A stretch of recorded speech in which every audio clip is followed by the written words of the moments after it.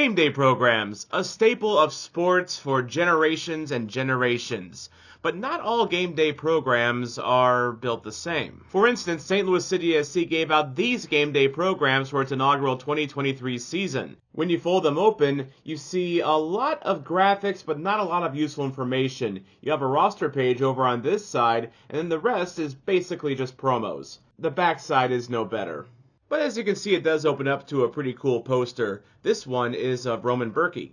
By the way, if anyone has one of these from the San Jose game this year, I would pay good money to get one. I have a program from every game this season except for the San Jose one. It was the game where there was like a torrential rainpour beforehand, and a lot of these programs got kind of wiped out. If anyone has one, let me know. Now, depending on the team, these game day programs can range from flashy to informative to even non-existent nowadays, as a lot of teams seem to be just foregoing them altogether. But they're also cheap keepsakes of a particular game you've gone to. For instance, these are actually given out for free.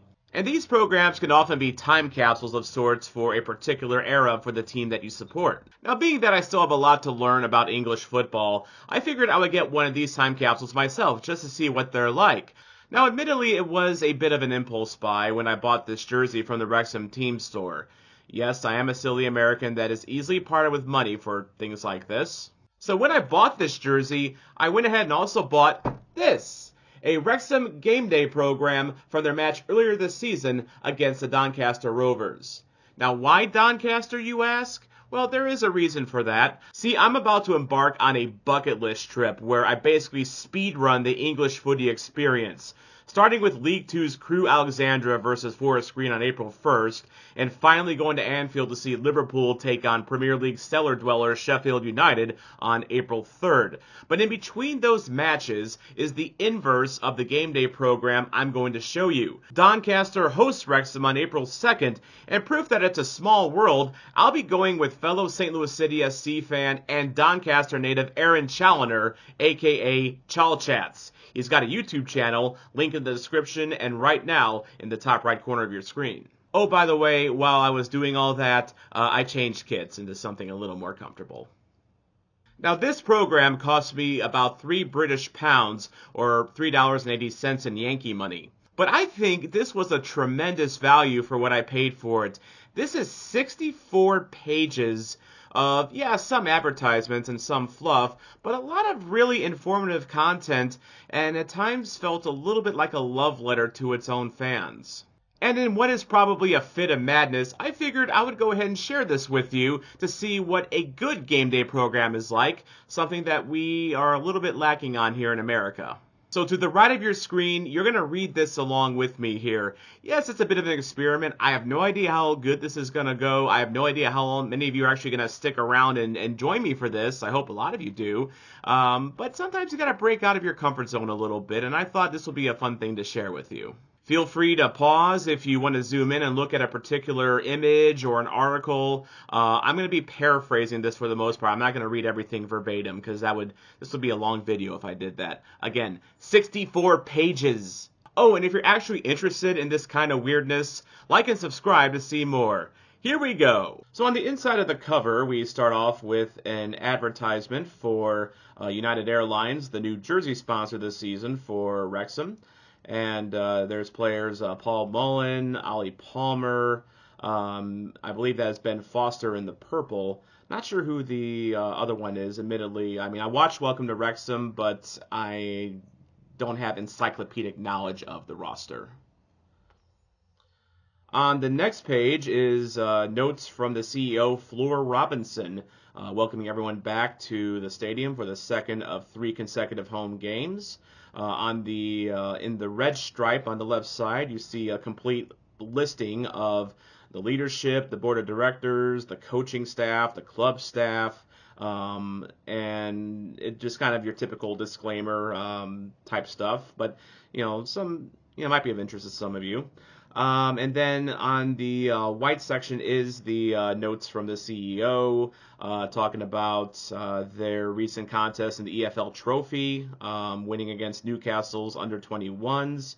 Around 8,000 fans came out to support Wrexham in that EFL Trophy game. EFL Trophy is not a very particularly prestigious trophy in English footy. Like you've heard of the FA Cup, obviously, and then there's the Carabao Cup. The FA Trophy is like a notch below those, and I believe only up to League One plays in this tournament, along with the non-leagues as well. And as you can see, they also play the under-21s of the bigger clubs. So it kind of talks about, turning your attention back into Sky Bet League 2, welcoming the Doncaster Rovers to town, a little bit of sponsors, talking a lot. The Wrexham really loves its women's team, and they're really trying to promote their women's team. It was very evident in Welcome to Wrexham, where they devoted an entire episode to the women's team. But one thing that kind of struck me as I continued on in this program is that they do spend a lot of time on the women and trying to get fans out to their games. Now, they don't play at the race course; they play at a different field. But they're a very successful team in Wales. They've gotten a lot of time, love, and care from Rob and Ryan and the rest of the team. So it's it's encouraging to see British football starting to, at least some teams anyway, really embracing the women's game.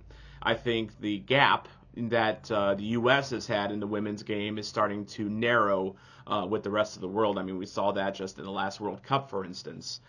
I still have very shocking memories of Megan Rapinoe's penalty. Moving on. But one thing that is really interesting to me about the women's game is that like I said, they're trying to get fans to come out, and tickets for these women's games are £3 for adults and just £1 for under 16s. That is cheap. Like even in like I said, £3 in England is equivalent to just under $4 here in America. I mean, imagine being able to go to a sporting event for under $4, and it's a premier brand. It's it seems to me like a really good deal. And he goes on to talk a little bit about their academy a little bit, and this is kind of it. So a nice little love letter to the fans there. Now, I'm not going to show you every ad in this program. I am going to, skip around, just to show you what I consider kind of like the relevant, important stuff. But I will show you some ads, including one from Ifor Williams. Trailers.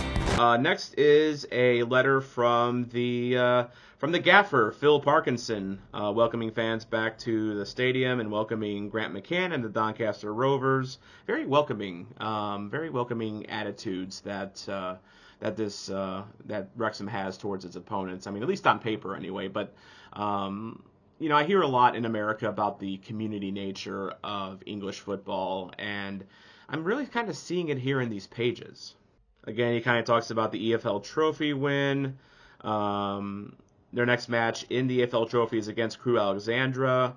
Talking about George Evans and Arthur Okonkwo making their full debuts for the club. By the way, I'm doing a Doncaster save in FM24 right now. It's part of my Journeyman save. I actually signed Okonkwo to be Doncaster's starting goaltender after one season with Wrexham, so small world. And speaking of small world, too, this Parkinson also talks about Billy Waters getting some action in the EFL Trophy game. Fun fact, Billy Waters now plays for Doncaster. He is on loan from Wrexham. So in the game I'm going to on April 2nd, I actually won't be able to see Waters play for Doncaster because as part of his loan, he can't play against his parent club. Shout out to Chal for that little nugget of information. But yeah, just a little love letter to the fans, and I really just something really, I don't know, maybe I'm looking too much into it, but I really like seeing this type of stuff. It just feels, like I said, kind of like a love letter to the fans. This whole program is, and just from the first two notable pages alone, it kind of shows that. This here is a spread. It's a 2-page spread from showing images and notes from their EFL Trophy match against Newcastle U21. Starting lineups there on the right side of your screen, the subs, some match stats. And then on the bottom is kind of like a timeline of the events in the game as they happened.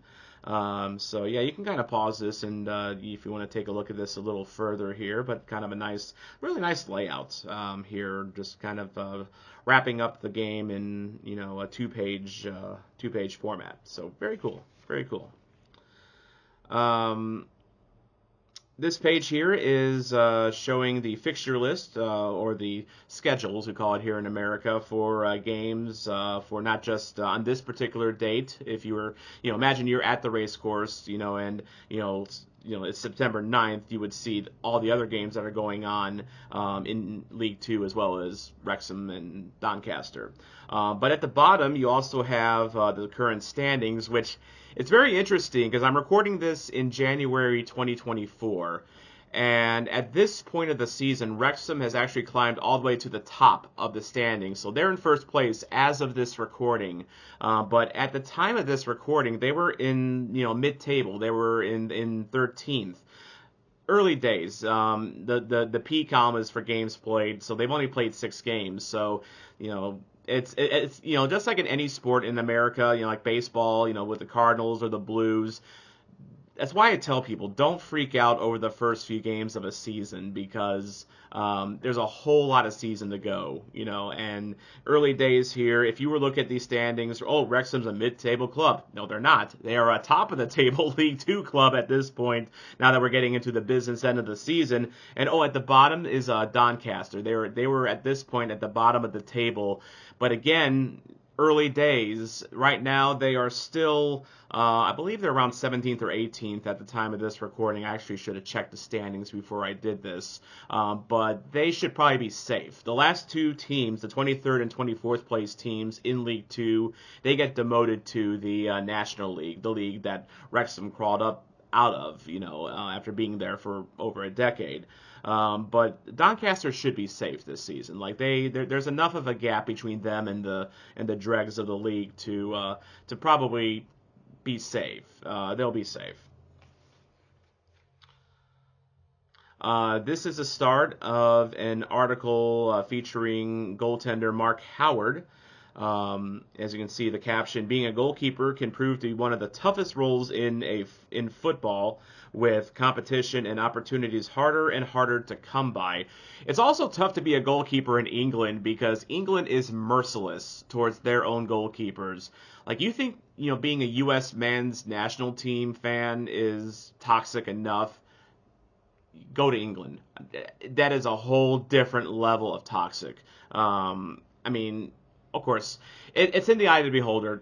I say toxic, others say passionate, but it's really just a high level of expectation that England has for its national team and its young goalies, and they can be ruthless towards their own, and even at matches too. Like, the goalies, like in hockey, for instance, I grew up with the St. Louis Blues, of course, and we would heckle Ed Belfour of the Chicago Blackhawks with Belfour, Belfour, and to put it lightly, England's creative words for opposing goaltenders put us to shame. Let's just put it that way. But yeah, so it goes into a 2-page article here with Mark Howard talking about his arrival at Wrexham the prior season. He was kind of chronicled a little bit in the Welcome to Wrexham series, because he was a starting goalkeeper for Wrexham, and then I believe he got hurt, and that's when Ben Foster, the former Premier League goalie, came in and kind of became a cult hero in Wrexham for his heroics and helping them, get promoted. Because in the Bannerman National League, you only have one promotion slot, and then you go to the playoffs for the other promotion slot, and that can get really tricky. So yeah, Ben Foster is a legend in Wrexham just for really not even a half season's work of duty, but it was big duty because Howard was out with an injury. But yeah, a pretty good article if you want to pause and read it. Talking a little bit about the tour that Wrexham did in the United States, which was very popular. Wrexham is really, for any English fans that are watching this, first of all, I'm probably not telling you anything you don't already know already, but Wrexham is very popular here in the United States. That's one reason I'm doing this video. just gotta feed the algorithm. But Wrexham is, because of the FX series and because Deadpool and Rob McElhenney are part of Wrexham, it's very popular here in the United States. The series and then the team itself has really kind of opened eyes, here in the States to lower league football. It's piqued my interest in lower league football. I'm going to England to see 2 games in League Two in a couple of months, and if it weren't for Welcome to Wrexham, I might not be doing that. I've always had an interest in English football, but not to this level, and I'll admit, Welcome to Wrexham has kindled that. But I'm also wearing this Doncaster kit, by the way, because I will be going to the Doncaster Wrexham game as a Doncaster fan. I have actually kind of adopted Doncaster, as my lower league team. But anyway, if you want to pause the article and read it over, you can. Just talking about his time with the team, and I'm not going to read the whole thing for you, but if you want to pause it, go ahead and feel free. Next 2 pages is a big Sky Bet gambling ad. I believe that guy is a popular Sky Sports pundit. His name escapes me, but I've seen him everywhere. But yeah, betting in England is a big thing. Like, here in Missouri, we can't even legally sports bet because the state legislature is it's the state legislature. Let's just leave it at that. But in every surrounding state around Missouri, you can bet on sports. It's still kind of a burgeoning thing here in the States. But it has been an institution in England, for better or worse, for a long time. And yes, they have a lot of these. It's very common to see these type of ads in England, encouraging safe betting. And in this case, this is a ad about deposit limits at Sky Bet. So, by the way, this, the fact that Sky Bet is actually a thing, it would be the equivalent of ESPN having its own gambling platform, pretty much. So just imagine that, if you would. Maybe that is the future. Maybe that will save ESPN because it's not the giant that it once was. Let's just put it that way. All right, we are going to meet the opposition right now. So this is kind of an introductory page to the Doncaster Rovers here for Wrexham fans who may not be familiar or just want a refresher on their history. I will read this first paragraph here, just kind of talking about the origins of the Rovers, which I found very interesting because I'm a kind of a developing Doncaster fan myself, as I'm wearing a Doncaster kit. Doncaster Rovers were founded in 1879 when a fitter at the town's Great Northern Railway Works called Albert Jenkins gathered a team of friends to take on the Yorkshire Institute for the Deaf and Dumb.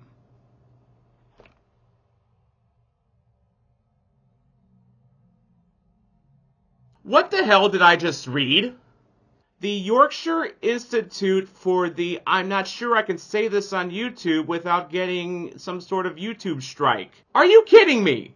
The Doncaster Rovers were founded after playing a game with the Institute for the Deaf and what? Well, I hope they won. Oh no, they were 4-0 down and rallied to draw the Institute for the Deaf, and I can't say this on YouTube, 4-4. The team decided then to adopt the name Doncaster Rovers, and after turning professional in 1885, they came to be the main team in the town. Are you kidding me? That is how a team is founded in a game against... Okay, look. I'll admit to being a little ignorant on soccer/football culture. My interest in the sport is developing more and more. But I defy you to find another team with a weirder and more inauspicious way to start than a game where they had to rally to, draw against the mighty Yorkshire Institute for the Deaf and whatever. Okay, now that I have reattached my brain to my head, let's get back into the program here.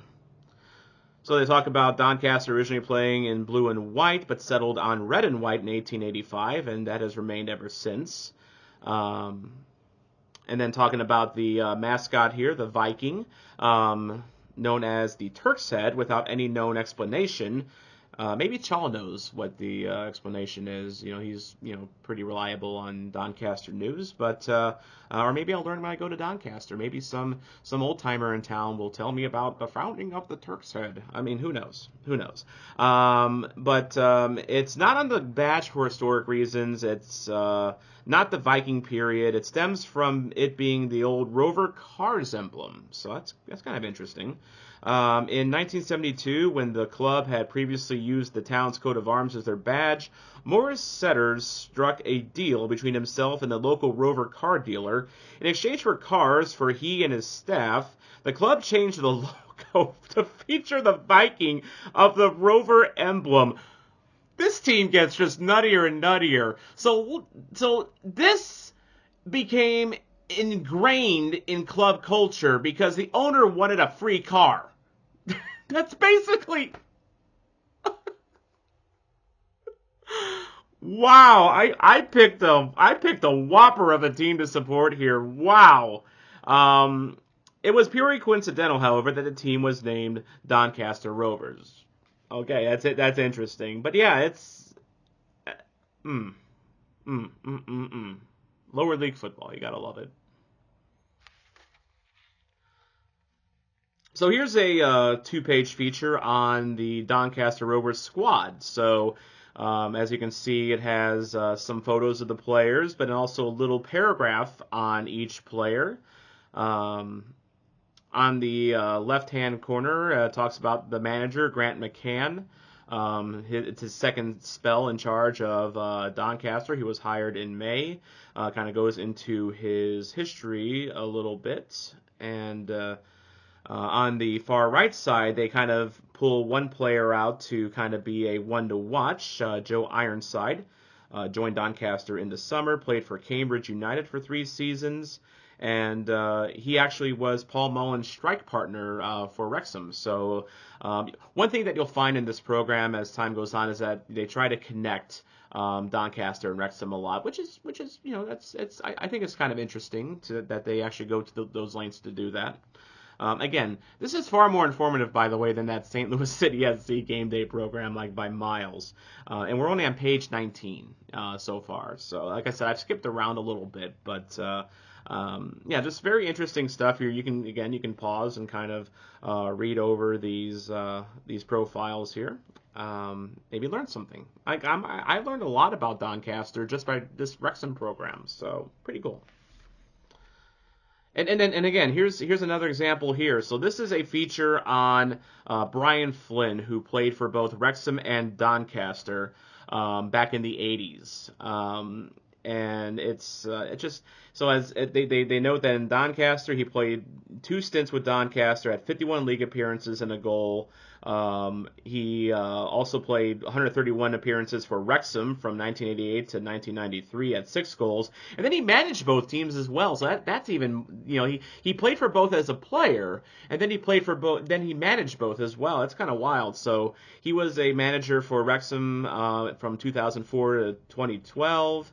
And then again in 2019 for a brief spell, 625 games as Wrexham skipper. And then Doncaster, he coached in 2013 after leaving Wrexham for 20 games and had 10 wins there as well. So you can pause and read this article. I thought it was just very interesting. That again they try to connect these two teams. Just as a former journalist, that's you're always looking for a hook. You're always looking for something to keep your audience engaged. So I thought that was pretty cool. So yeah, you can kind of read this article over a little bit. They also even mention Mark Wilson, who played for Doncaster as well as Wrexham as well. This is a player from the 90s as well. So pretty cool connections there. And then they kind of set aside Gareth Owen here on the side. He was another player from the 90s that played, and early 2000s, who played for both Wrexham and Doncaster. 476 appearances for Wrexham, 45 goals, and then he went on to play for Doncaster in 2001 after leaving Wrexham and had 53 appearances with 7 goals. So very, very interesting stuff there. Soccer community has often been described as kind of like a small world in one big community, and it's kind of a good example of that. Here is an interesting article from the very first match between Wrexham and Doncaster back in 1923. So Doncaster graduated from the Yorkshire Institute of the Deaf and Whatevers to more professional football here. I'm happy for them.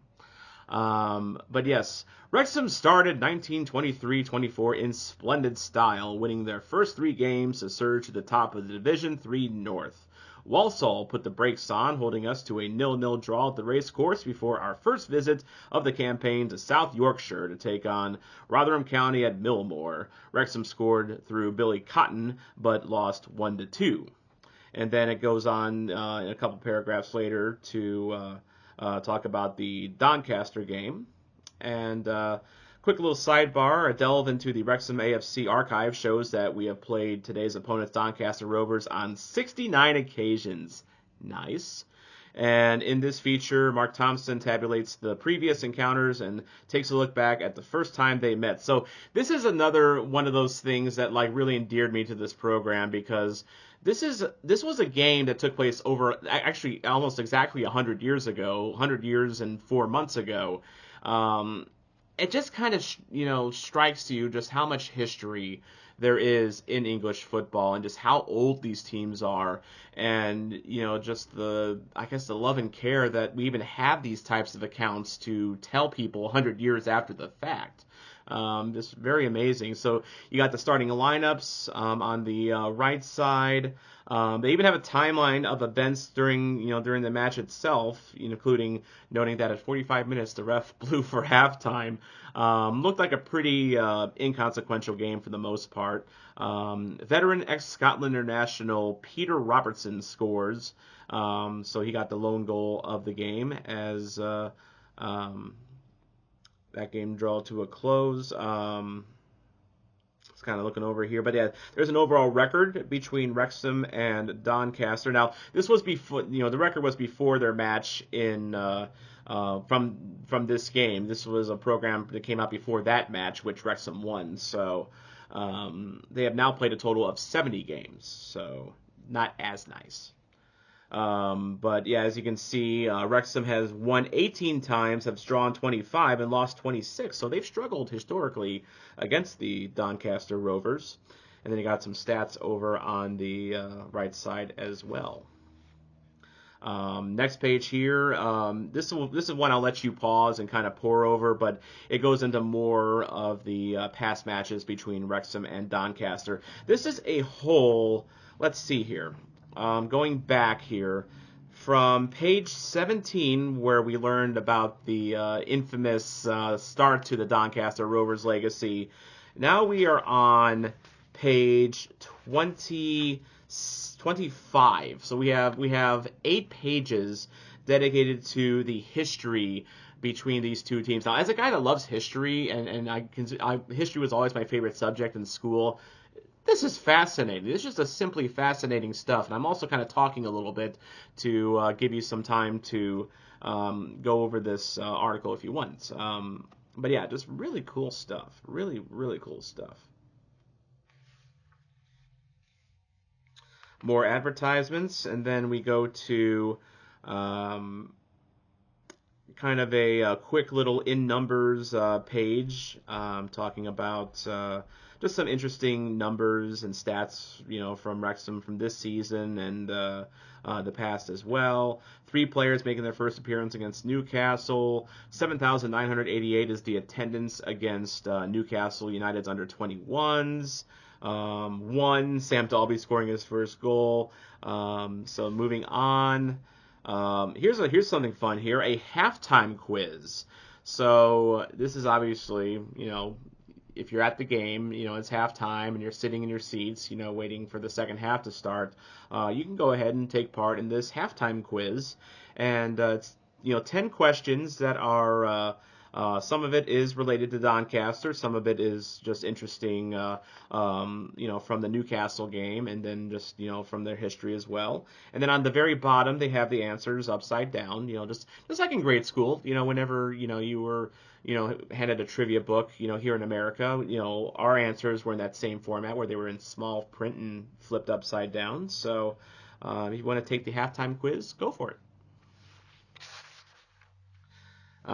We have a full-page poster of Luke Young, if you can hopefully see it from the glare there. So, like St. Louis City SC, they also do full-page posters in their programs as well, just sandwiched in between a lot of information. So, a little bit of info on Luke Young as well. He is one of the stalwarts for Wrexham. He's the longest tenured Wrexham player, and so pretty cool stuff there.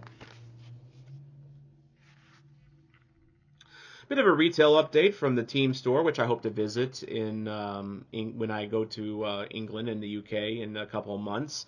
They now have beanie hats available, or as they call them, bucket hats. We call them beanies here in America. If you're in Canada, they would call them toques. But yeah, it's a style of warm hat with the ball up top. So yeah, those are now on sale if you are interested in that sort of thing, which I think is very timely because as we are digging ourselves out of single-digit temperatures in Fahrenheit here in America, this maybe you would want a warm Wrexham hat to get you through this brutal winter that we're having all of a sudden. That wasn't really brutal up until a couple weeks ago. So here is some stuff for the kiddos, the Junior Dragons. This is they have a little column for player autographs. So after, like St. Louis City SC, the players will, do their, appreciation for the fans as well. And some of them will, sign autographs, and they give you a nice little convenient column to do that. There's also a little bit of a game here where you're supposed to spot the differences between the, two images. I can already spot a couple myself, but you can, find them as well. Squad number math. So using the player's squad numbers, can you solve the puzzles? So a little bit of math into the program here for the young kiddos, wanting to add the squad numbers or divide them or multiply them or subtract them. And then on the bottom of that, who am I, trying to figure out who the blurred, player is there. Under which letter is the football hiding on the top right page? So they actually have hidden the ball under A, B, C, or D. So you're supposed to guess which one where the ball is. So it's an interesting challenge there. And then a little bit of a scorecard on the bottom right. Goal scorers, cards. You can write those in. Your man of the match, if you were there, you can drop your opinion on it. Attendance, tackles. Again, this is one of those things that I think makes this a fantastic time capsule for future generations. Like 100 years from now, just like that, Doncaster game that they profiled in 1923, they're going to be talking about this game in, 21-23. 100 years ago, Doncaster visited Wrexham, and this is what happened. And this is something that, I can see people like pulling out of a box like in their attic, 40 years later. Oh, I forgot I had this, and then they, kind of get teleported back into that era. So very cool stuff. Player sponsors. So this is a thing that we don't have here in America. You can sponsor players' kits. I believe this is. So you have a home sponsor, away sponsor, and a third sponsor, and you can see who is signed up and who is available. So, like for instance, on the third column, Luke McNicholas, his home kit is available to sponsor. His away kit and third kit is available as well. Same thing with Okonkwo. Actually, Okonkwo is their starting goaltender. So this is an opportunity. If you want to get your name or business out there in the Wrexham community, sponsor Arthur Okonkwo's kit because he's going to play every game. So yeah, you can just I wish St. Louis City SC would do something like this. Actually, this would be kind of cool, for people or podcasts or whatever to just sponsor a kit. I mean, that's kind of a cool thing. Matchday sponsors are on the other page. And then moving on, this is a little feature on Wrexham AFC in the community, talking about their free health program for men and women between 35 and 65. It's kind of cool that they do that through the team to help with health in the community. There is also going to be a Wrexham social session to start at the race course. They're looking for a new social activity session for anyone aged 50 and over, so helping the more senior members of the fan base there. So it's kind of cool. And the whole idea, and again in the big bold letters, reducing social isolation can encourage people to not only feel independent, but it's also good for people's mental health. So yeah, it's someone that at the time of this recording, I'm working from home, so I kind of feel that. I'm actually switching to a job next month where I'm actually not going to be working from home anymore, and part of it just because I feel isolated. So I think it's cool that Wrexham's doing something like this. And then on the bottom is an advertisement for their Fit Dragons program. It's 12 weeks that'll change your life. And I don't know if I want to meet that guy in the boxing gloves in the back alley. He looks like he can do a number.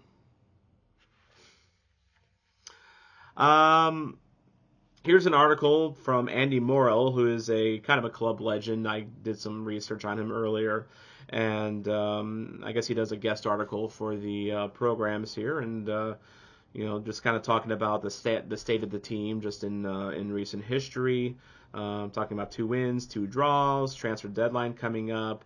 Just kind of going into the busyness that can come during the football season. So you can pause and read that if you like. Talking a little bit about Doncaster as well in the last paragraph. They had a tough start with games against Notts County, MK Dons, and Mansfield, who are better teams in the division. So that kind of explains why they were buried in the standings to start out here. But they did Drew Swindon Town after going down to 10 men, so that's pretty encouraging. But yeah, so a bit of a guest article there if you want to read that. A little feature on the Wrexham AFC youth, talking about past players for Wrexham that went on to big things. I recognized Danny Ward right away, being a Liverpool fan. Danny Ward was someone that was in the Liverpool system for quite a while, and I think at one point was the backup for Liverpool. And talks about his. It doesn't talk about his Liverpool appearances. It talks about his national team record. He played. He had 32 appearances for Wales, and he was their starting goalkeeper for quite a bit. I did a Wrexham save on Football Manager, I think last year or maybe a couple years ago, and I also became manager of Wales, and he was by far the best goaltender that Wales had to offer until he retired. So Neil Taylor, another guy that played a lot for Wrexham as well, and had a long career. If you played Football Manager, that's a name that you kind of recognize. He plays left back, and if you're playing a lower league save, he's one of the better left backs typically that you can get available for free. And then some players from further on in the past as well. And then, like I said earlier, they like their women at Wrexham AFC. That sounded wrong, but they like their women's football team. And they have a 2-page spread here about how the women are doing so far in this season. You can see their first 6 matches, which, by the way, their season has not even kicked off yet at this point here. So their first match is on September 17th. This game was about a week before then. But yeah, you can kind of read a little bit about the women. They talk a little bit about some of the new signings. I am not going to try to pronounce Hannah's last name. No, I'm just not brave enough for them and offend someone if I tried to say it. But you can read a little bit about them. They got, Wrexham was able to lure players from Liverpool. Interesting. Also, some lesser-known teams like Club Stourbridge FC. And then Luisha came from, I'm not going to pronounce that team's name, but that's a Welsh team that she came from.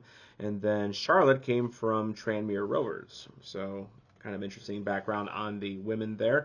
I wish the women were still playing when I'm going to England in a few months, because I would definitely have gone to a women's game. I mean, $3 a ticket, or £3 a ticket. Why not? But Irregardless.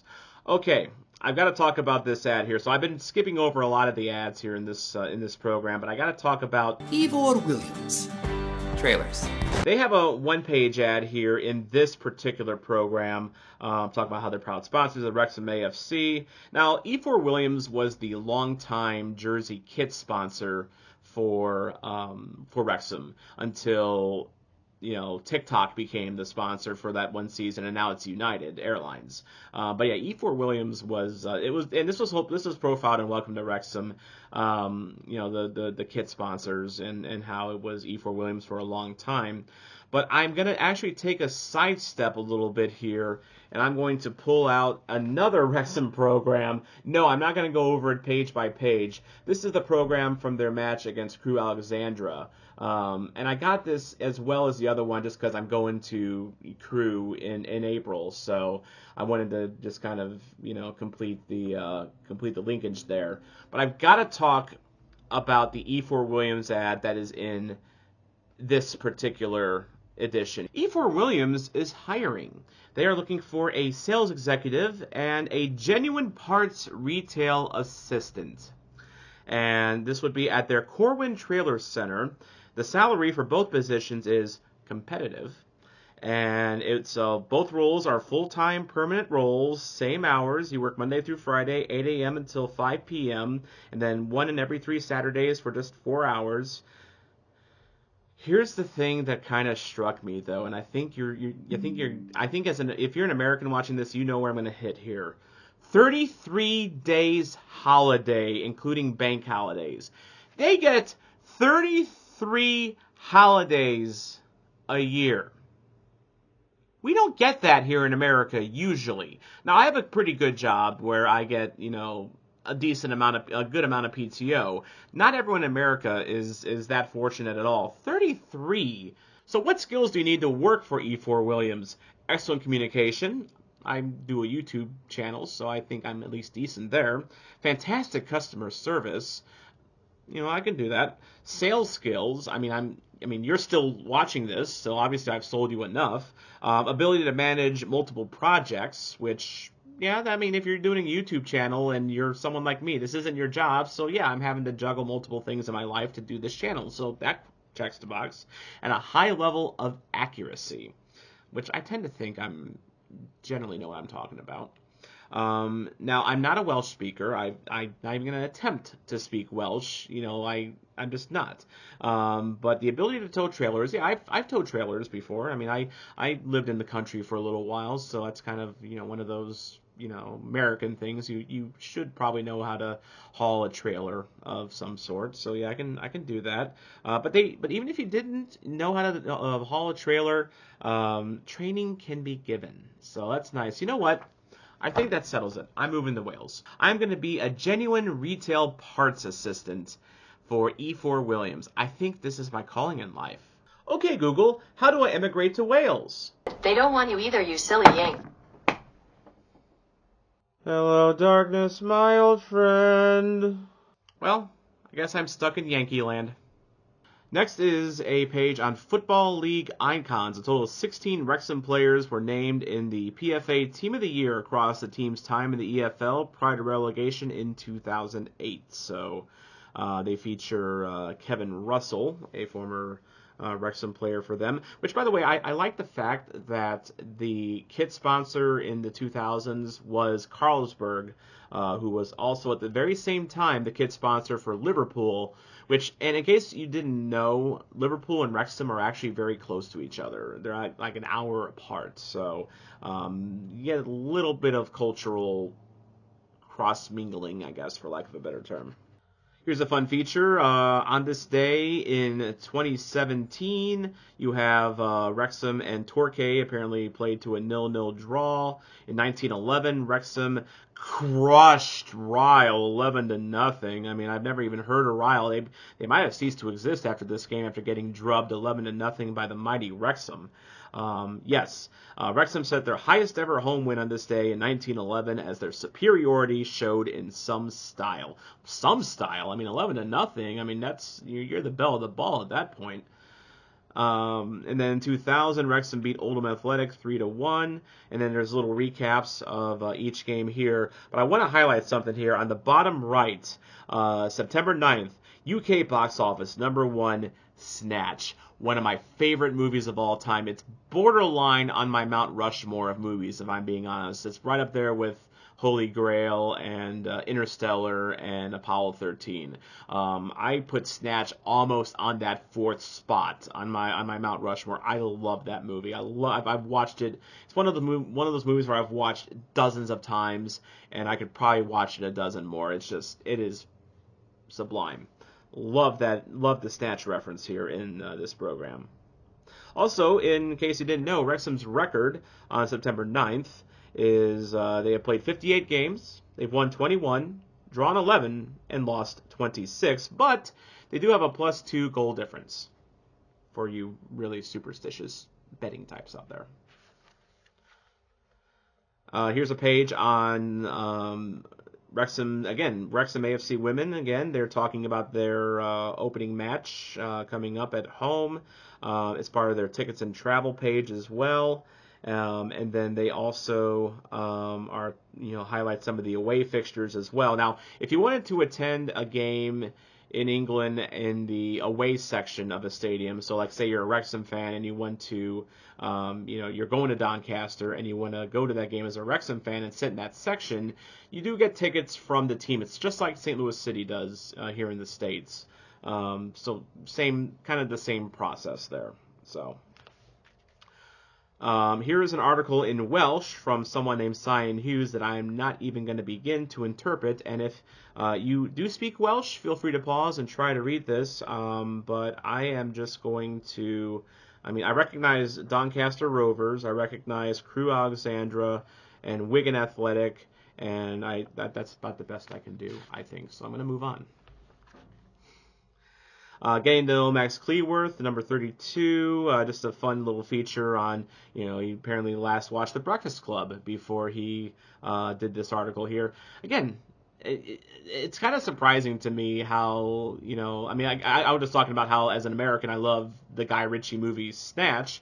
Well, English people like American movies as well, too. And this is a guy that wasn't even a concept when Breakfast Club came out, and he's talking about how that was the last movie that he watched. Classic movie. I like this guy's taste. His favorite film is Captain Phillips, though. That's a hard movie. Tom Hanks, God love him, but that's a hard movie to, really, love. Wants to drive a Lambo someday. Wants to go to Barbados someday. Loves Italian food. He's a man of culture. I like that. His first football shirt was a Liverpool shirt, and he was a Liverpool supporter. So I like this guy. His favorite player was Stevie G. I love that. Fun little feature there. And again, that kind of shows you a little bit of the cross-pollination between Liverpool and Wrexham, because they're generally in the same region-ish. That, like, the distance between Liverpool and Wrexham, if you're in St. Louis, it's almost like going from St. Louis to Columbia, Missouri. Maybe, in fact, it might even be a little shorter than that. These are a couple pages of stats for the first team up until this point. Also career stats as well for each player up until this point. They also, on the next page, they have the men's youth team stats up until this point and the men's reserves. Then they have a 2-page spread going over the results from this season.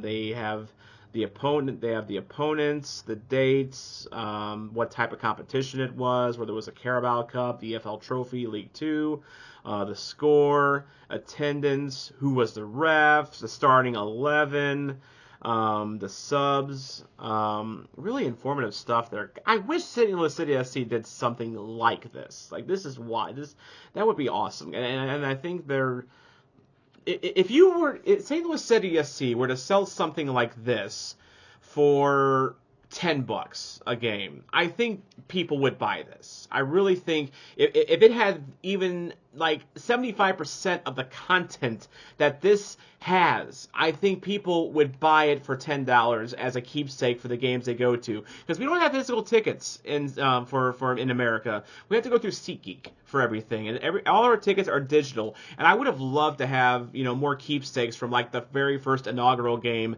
against Charlotte. Like this banner right up here where my finger is, that was given away for the inaugural match against Charlotte FC. And, there's a couple little things as well, like I have a patch from that game as well, but of course, you would have had a hard time filling 64 pages for an inaugural team, but like this coming season, for instance, you do have one season of history at least to go off of. St. Louis is a big, town with a lot of soccer history. We brag about it all the frickin' time. You could definitely pad out a more substantial program. Now I like the posters, and it's cute, it's fine, but I would love to see St. Louis City SC do something even in the ballpark of this, because this is a giant love letter to its own fans here. It really is, and it's really, everything is well thought out, well laid out, and I was blown away by this. And as you can see, this video is going a while because it's got that much stuff in it. It's just very interesting. American programs don't usually get this detailed. It's kind of wild. Wrapping up the just a couple more pages here. This is the second to last page, the notice board. There's one fan with posing with Reynolds, and just kind of like a community announcements kind of a board here. I love stuff like this. I really love stuff like this. Just again, the community nature of English football, and at the levels like this, I just love this stuff. I really do. I wish we had more of it here in the States, like for real. And then finally on the back page, on the very back, and like it's like the back cover, you have the rosters for both teams.